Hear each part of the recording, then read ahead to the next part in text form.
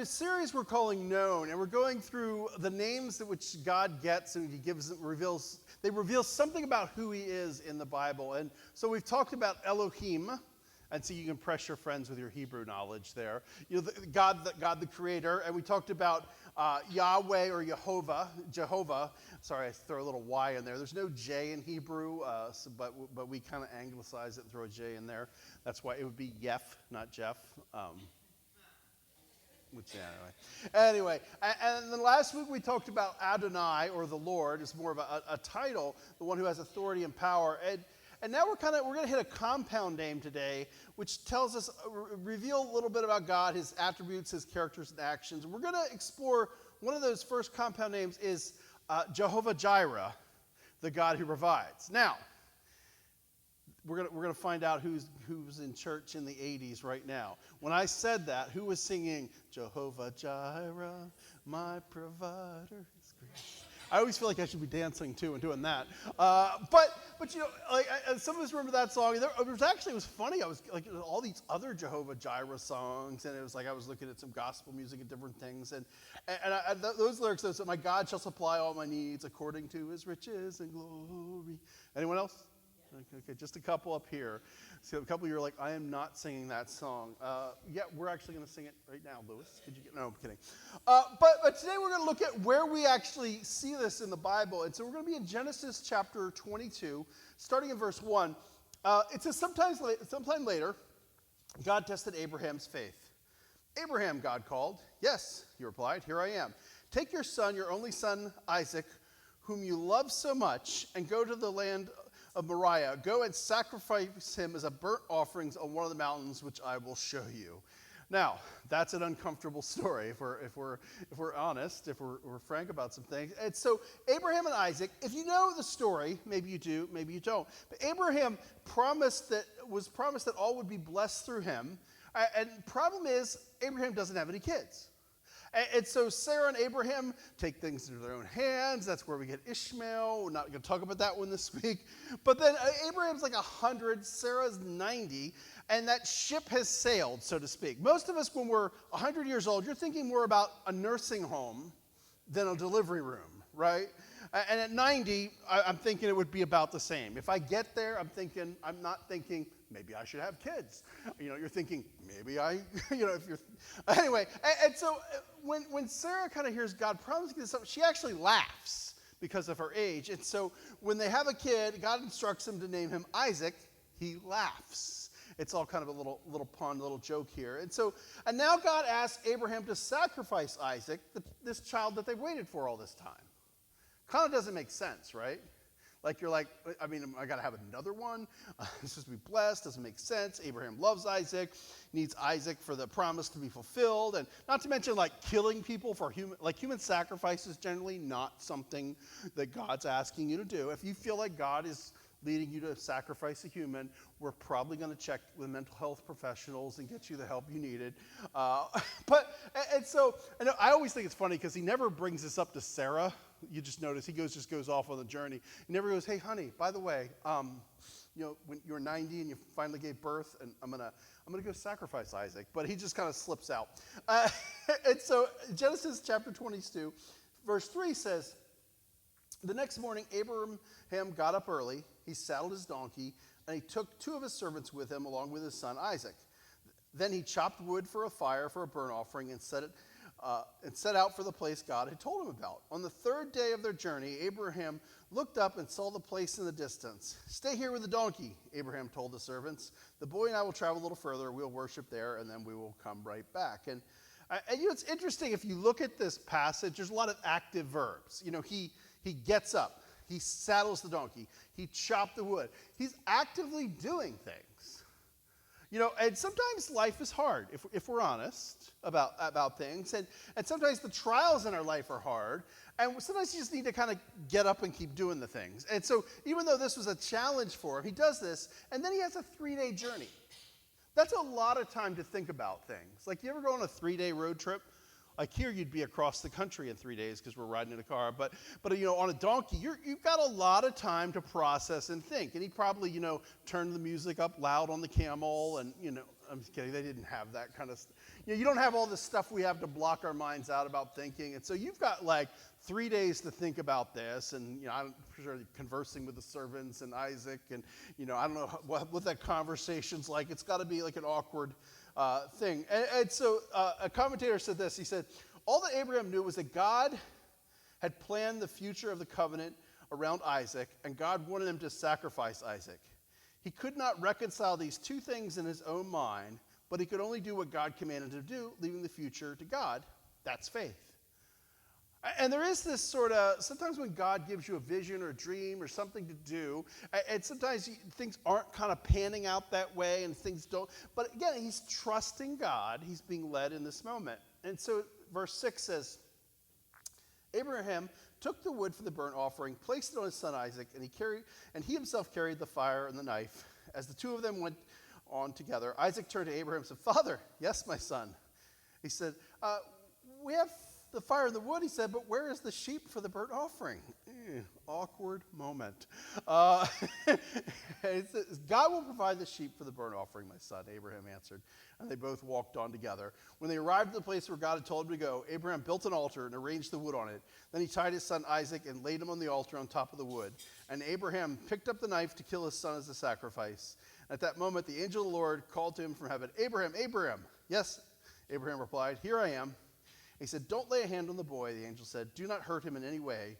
For now I know that you truly fear God. You have not withheld from me even your son, your only son. And so this is a test of Abraham's faith. And now God often allows us to go through things in a season and for a reason, but we often miss what God's doing because we focus on the circumstances and the hardship, don't we? And we focus on, but when we focus on God and obedience, we find blessing. The story continues. Abraham looks up, sees a ram caught by its horns in a thicket. He took the ram and he sacrificed as a burnt offering in place of his son. Then Abraham called the place Yahweh Jireh, or Jehovah Jireh, which means the Lord will provide. Remember, Yahweh and Jehovah, same name. Go back to that sermon. You'll catch that. To this day, people still use the name as a proverb, on the mountain of the Lord it will be provided. Now, Yahweh Jireh means the Lord will provide. Now, here's the funny thing. It's something I never noticed till this week when I was studying. Technically, Abraham calls the place Jehovah Jireh because it's where God provided. So in a sense, it's like the place. It's not, God is not named this here, but really, it's the character of God and His action that's celebrated. It's okay. It's still a name by which God is known. And now it's interesting too, because this is where the technical stuff of Jeff gets in there. It's the word for Yirah is sort of the idea of to see, and in some context, the word is that. And so it's interesting because the verb is this present tense, not the past, and God sees to it. And I know it's like a funny little odd thing that I like in my head, because ultimately, our trust is that God will see to it, that God will see to the sacrifice. God will see to the promise being fulfilled. And so that's what God provides. God will see to what He calls you to do. And God didn't just see to it then. God will see it through to us. And when we trust Him, there is this provision for what God is calling you to do. Abraham experiences that provision. If you only a few of you grew up in my household, but we had a saying in my house, and I bet my kids will say it out loud or to themselves right now: slow obedience is no obedience. So they're not saying it loudly. But I used to use this with my kids when they were young because, I don't know about your kids, mine would find a legal reason as to why to not do, or if I tell them to go cut the grass, I didn't say immediately, and so they would be like, well, I was going to do it. Anyone ever do that with their parents or their things or with God? Nope, okay. But we had this saying, that if you could delay doing something without actually saying no. And this saying we would say to kind of remind them, I implied I meant now, and I had to learn to speak very clearly with them. And here's the thing: Abraham would have missed out on things because if he had slow obedience, he would have missed out on something. But God calls him to do this, and if he didn't move forward on obedience, if he delayed. Anyone else, feel like God's calling you something and delay on it? if we're honest. Yeah, there's a few times where it's like, and not like the delay, like you feel like God's saying not now. I've had times where I feel like God's told me, you got to do this thing, but it's not now.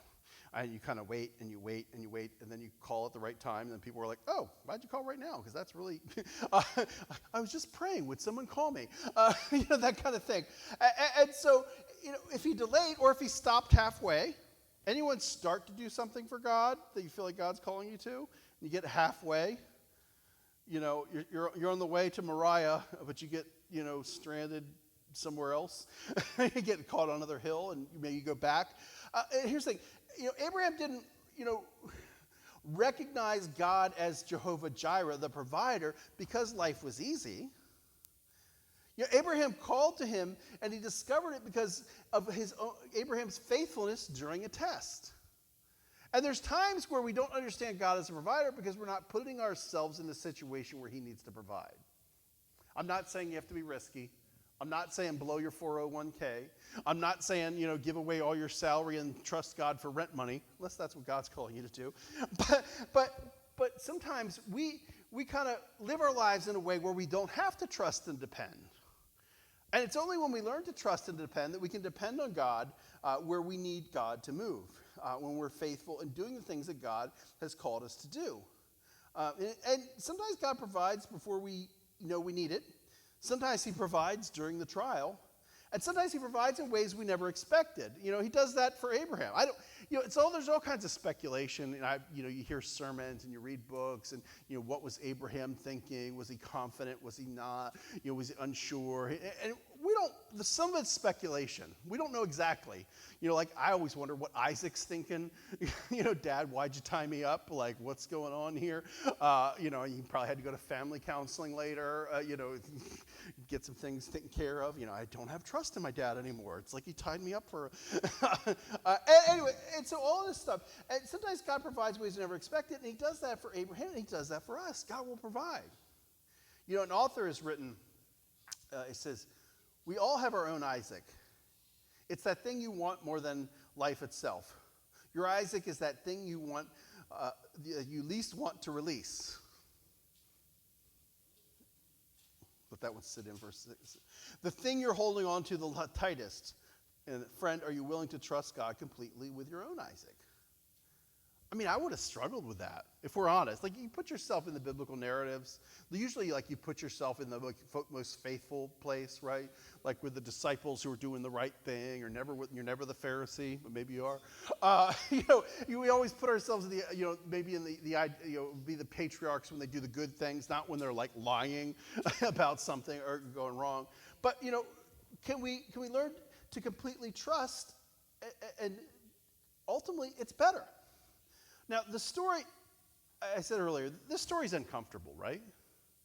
Like most of us not like, oh boy, we're going to learn about Isaac being sacrificed. Like, it's awkward. Like, the first time you read this, you're like, what the what?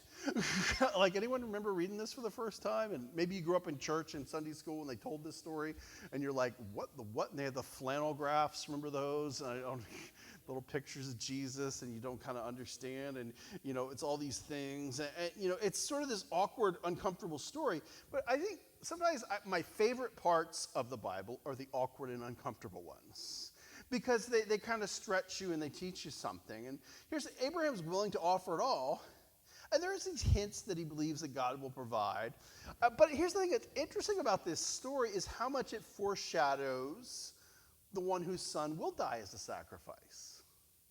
The foreshadowing is the sacrifice of Jesus. Eventually, the temple is built on Mount Moriah. Now, Jesus is crucified outside at Golgotha, but John 1:29 says, the next day, John saw Jesus coming towards him as John the Baptist, and he said, look, the Lamb of God who takes away the sin of the world. And so at the start of his public ministry, John recognizes the purpose for which Jesus comes. And lambs are sacrificed for sin. Jesus is the new kind of lamb.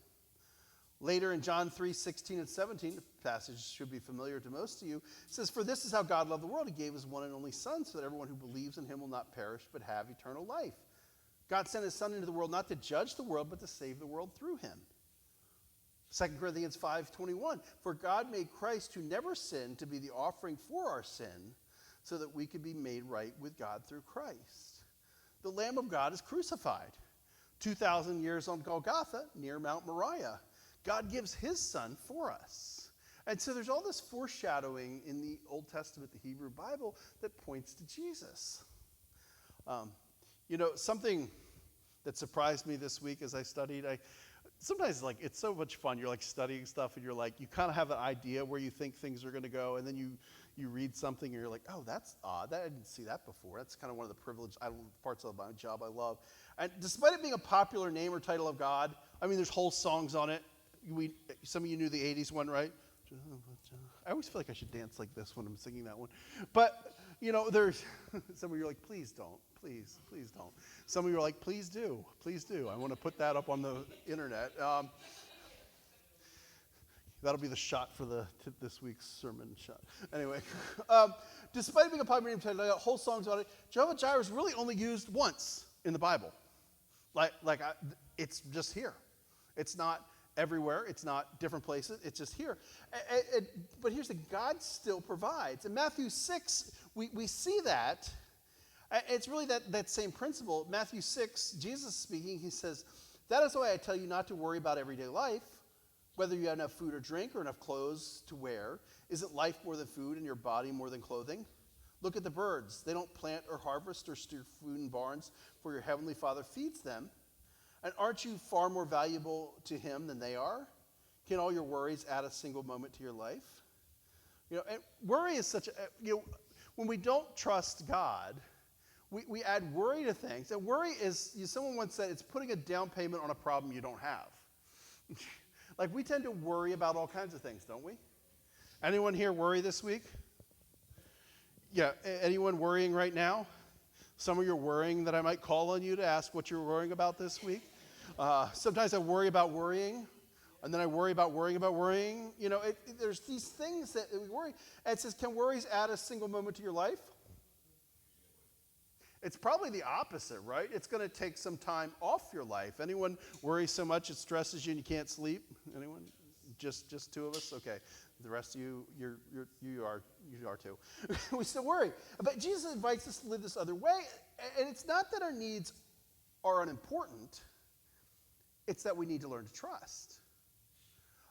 Jesus continues, and why worry about your clothing? Look at the lilies of the field and how they grow. They don't work or make their clothing, yet Solomon in all his glory was not dressed as beautiful as they are. And if God cares so wonderfully for wildflowers that are here today and thrown into the fire tomorrow, he will certainly care for you. Why do you have so little faith? So don't worry about these things, saying, what will we eat, what will we drink, what will we wear? That's all stuff we worry about, right? These things dominate the thoughts of unbelievers, but your heavenly Father already knows your needs. Seek the kingdom of God above all else and live righteously, and he will give you everything you need. Now, not everything you want. That's a whole other sermon for a whole other time. It says, so don't worry about tomorrow, for tomorrow will bring its own worries. Today's trouble is enough for today. And there is this trust when we follow Jesus that God is going to provide for our needs. Again, not all of our wants, because some of us got some wants that are too far. We got to conform that to Jesus. But I heard this story years ago, and I actually found it this week when I was studying. Is a guy named George Mueller. Mueller. No, they did not do that with George Mueller. I was in this whole debate on how to say his last name anyway. But, he ran an orphanage. He lived 1805 to 1898, so back in the 1800s. Some of us are back from the 1900s. He's back from the 1800s, so he feels as old to me as I feel to some of you. He ran an orphanage, and one day he woke up to the news that the orphanage, which housed 300 children, had no food. Like some of you wake up in the morning and you don't have much and you kind of make do with what you have in the cabinet and your kids are going off with sardines for lunch or something. Some of you are like, oh gosh, I hope, maybe you're running to McDonald's in a way. But he woke up, got 300 kids, 300 mouths to feed, no food. What would you do in that moment? We all know you're supposed to pray, obviously, but you're not thinking that. You're scrambling, right? You're doing things. He instructed the house mother to seat all the children in the dining room. And they pray and thank God for the food. And then he waited.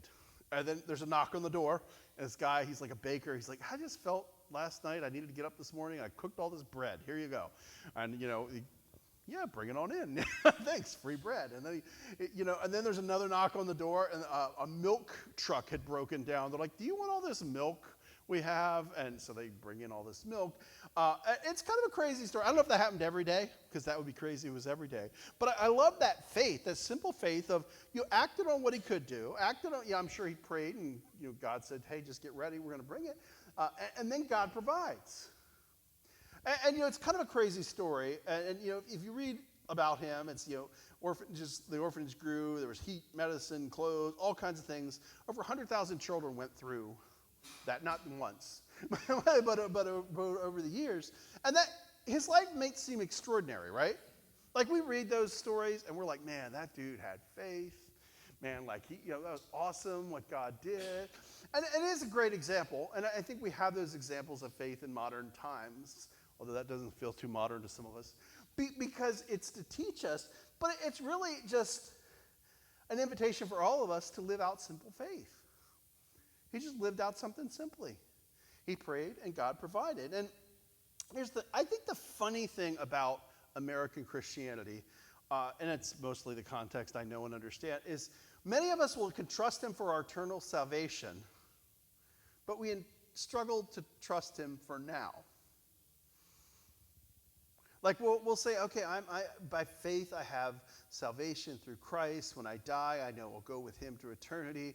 But I struggle to trust him with my daily bread, my physical needs, my desires for things. And, it's always, I think it's tempting to trust in cash. If you ever flip over the money, I'm sure you've done this at some point. It says it's got a weird eyeball, pyramid and stuff and all that stuff. But somewhere on there it says, in God we trust.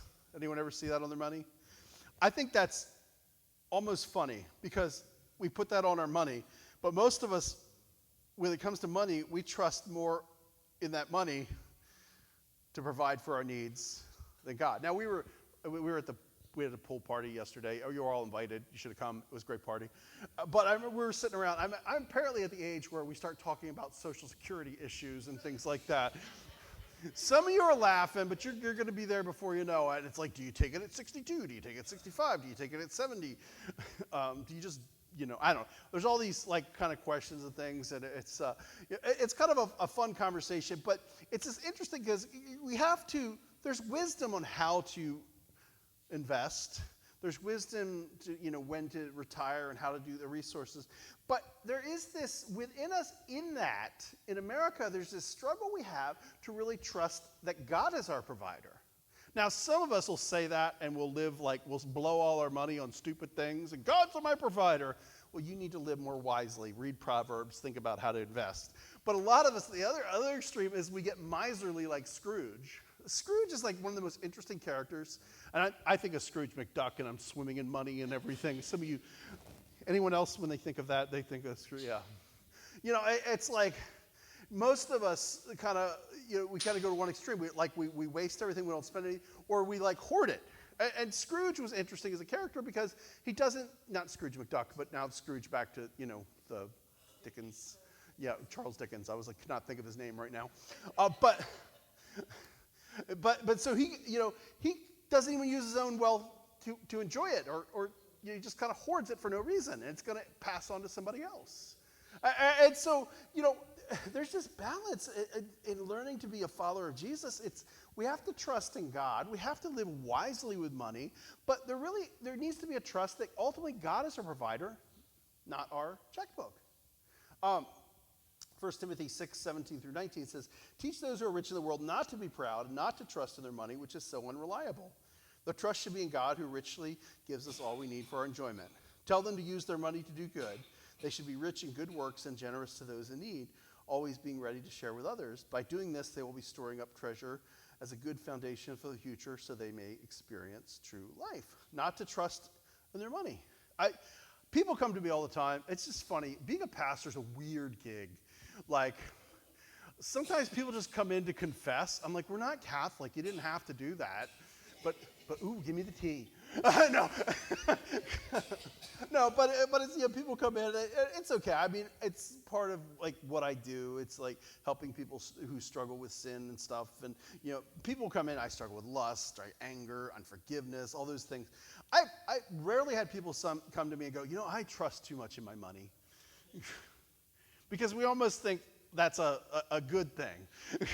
I think and most people don't come in and go, oh, I'm greedy. But I think greed is a little more sneaky. We don't even understand that it has us, because we think we're just being good stewards. And a lot of us in America, we tend to use money for significance. Like, man, you ever know a rich, arrogant person? No, never met. That's an oxymoron. No, we struggle with that. Or for many of us, it's security. Like, we're Scrooge. We're storing it away. Like, But here's the thing: you can't stop sickness and death. You could die. He who dies with a lot of money still dies. I've often said, you never see a U-Haul, go to the graveside service. One of my odd things I've asked for my funeral, and I've asked for hundreds. So don't hold my kids to all these things. Is to drive me to the cemetery in a U-Haul, just because you never see that. So remember that. It's on my list. We're also going to put the fun back in funeral at my funeral. There's going to be lots of snacks.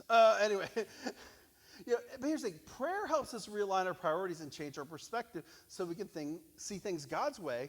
That includes how we see our money. Do we trust in God? Do we trust that He is Jehovah Jireh? He is the God who provides. If we really believe God reigns and His kingdom is eternal, we live differently. And people often, I think it's funny when you go on the internet. I like to go on the internet and just read what people say and think, and it kind of gives me a pulse for where some people are.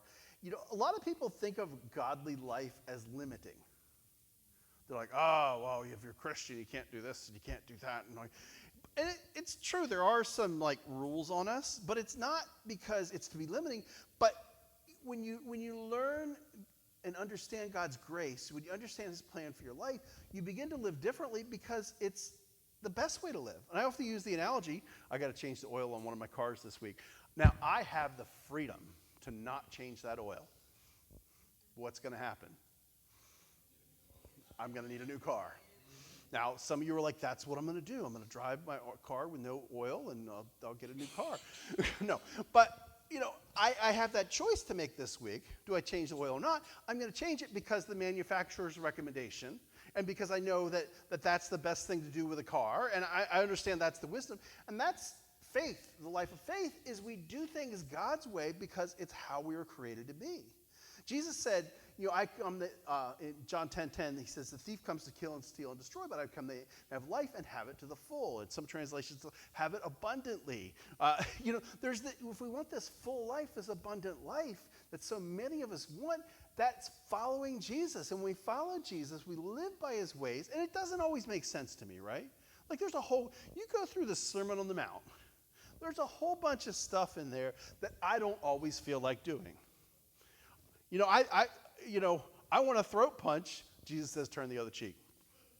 And there's all these ways. But here's the thing. When you really live by God's ways, it's a better way of life. It's this better way of living. But often we get kind of sidetracked and want to live this different way.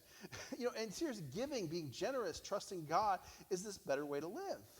And when you learn to trust God as the God who provides, Jehovah Jireh, it changes how you see your finances. Don't worry, I'm not going to, bring it up and take an offering. But you'll see that wealth He provides is just a tool to help us, not something just for our own good. Isaac wasn't just for Abraham. He was to bless the world through. It's often our perspective that causes us to fear rather than our circumstances. We need to trust God whether we have plenty stored away or we don't know where our next meal is coming from. We need to be grateful for what we have, realizing everything comes from Him. The clothes, the hair, the house you breathe, the house you have, the house you own, the air you breathe. All these things, I think faster than I can speak sometimes. All these things are gifts from God. And when we trust that God is the provider, it's a much more worry-free, Hakuna Matata kind of life. Here's the thing. Abraham's example of faith, he obeyed God despite the potential personal cost, despite it being the very one he'd waited for so long. He lives out this life of faith. Now, it's a big jump for some of us, right? Faith is here's the thing. Faith isn't just a giant leap into the unknown. I always picture, Armstrong, he stepped on the moon. He's like, that's one small step, one giant leap for mankind. I think, sometimes we think, faith is just this giant leap, like jumping off a building. But faith is like these little steps of learning to live God's way, learning to do things a little bit his way, and you begin to see that, hey, back to the Sermon on the Mount, if we live that out in little ways, life is better. And we begin to see that his way is better. And so faith is taking the small steps till you're ready to take the bigger ones. And you live out what you know now, and then your faith will increase as you see God move. Sometimes faith means obeying God even when you're not sure what's next. I've told this story again, but I want to tell it again because I think it's a great story. And it really struck me when it happened to me. So I was living in California. That's a whole nother story, right? I grew up here. We moved out to California. And I've told some of you this story. But I still remember I got a flat tire. Wasn't a big deal. Anyone here have a flat tire? Anyone have one right now that they probably ought to pull the nail out of, but you just keep putting air in it? I've got snow studs in some of my tires. I'm just like, I just haven't gotten around to pulling the bolts out. But as long as they're not leaking, I'm like, just leave them be. Anyone ever do that? Just a couple of us. Okay. I'll get to them. I'll fix them.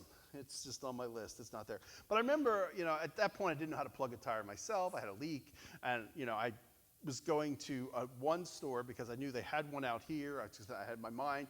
I wasn't even asking God, if I'm honest. Anyone have that where you just not even asking God to solve your problem? You just kind of do it on your own. And there's deciding what deodorant to use. You could probably just pick one. You probably don't need to pray about it. I would pray about that, but I didn't pray about my tire. I was on my way. And I really felt God's conviction to pull over to this tire shop. And I said, no, I'm going here. And I just really sensed God saying, go there, go there, go there. And I was like, oh. And then like LA, man, all the one-way roads, like it took me like 2 passes. I was feeling some kind of way after, a couple loops. It's Saturday, I need to get home. I'd done this event all day at a church and I was just ready. I was just ready to be home. And, and so I pulled in, and I didn't even ask the guy how much it would be. I just I have a tire. I got a leak, and he said, "Oh, I'll fix that for you." He fixed it and everything, and I was like, "All right, how much?" I'm thinking, I followed God. I was obedient. I'm gonna have to pay what I gotta pay, and he's like, "Oh, it's free. Just think about us next time you need tires." Now, here's the thing. I don't know if they did that. I don't know if that was their policy, but I really sensed God saying, "Hey, don't worry. I got you." We moved to Los Angeles with a Chevy Beretta full of everything, and we mailed a couple of big boxes because I worked at a warehouse, and we just mailed our stuff, and we didn't have a lot. You're thousands of miles away from family. You kind of don't. But it was like, trust me. And, for me, I think about that story, not because I need to go fix a tire or not. It's that God cares about our lives, and he will provide, even if it doesn't make sense sometimes of what he's calling you to do. Like sometimes, if we're honest, we feel like God's calling us to talk to somebody. We feel like maybe God's calling us to do something. And we may not understand it all. But when we trust him, now there's a whole other thing too. Sometimes we want things. Anyone ever, you're trying to create Ishmaels? That was not the plan, but you're kind of taking things into your hands, doing things that maybe God's not calling you to do. That's a whole other journey, whole other sermon, whole other time.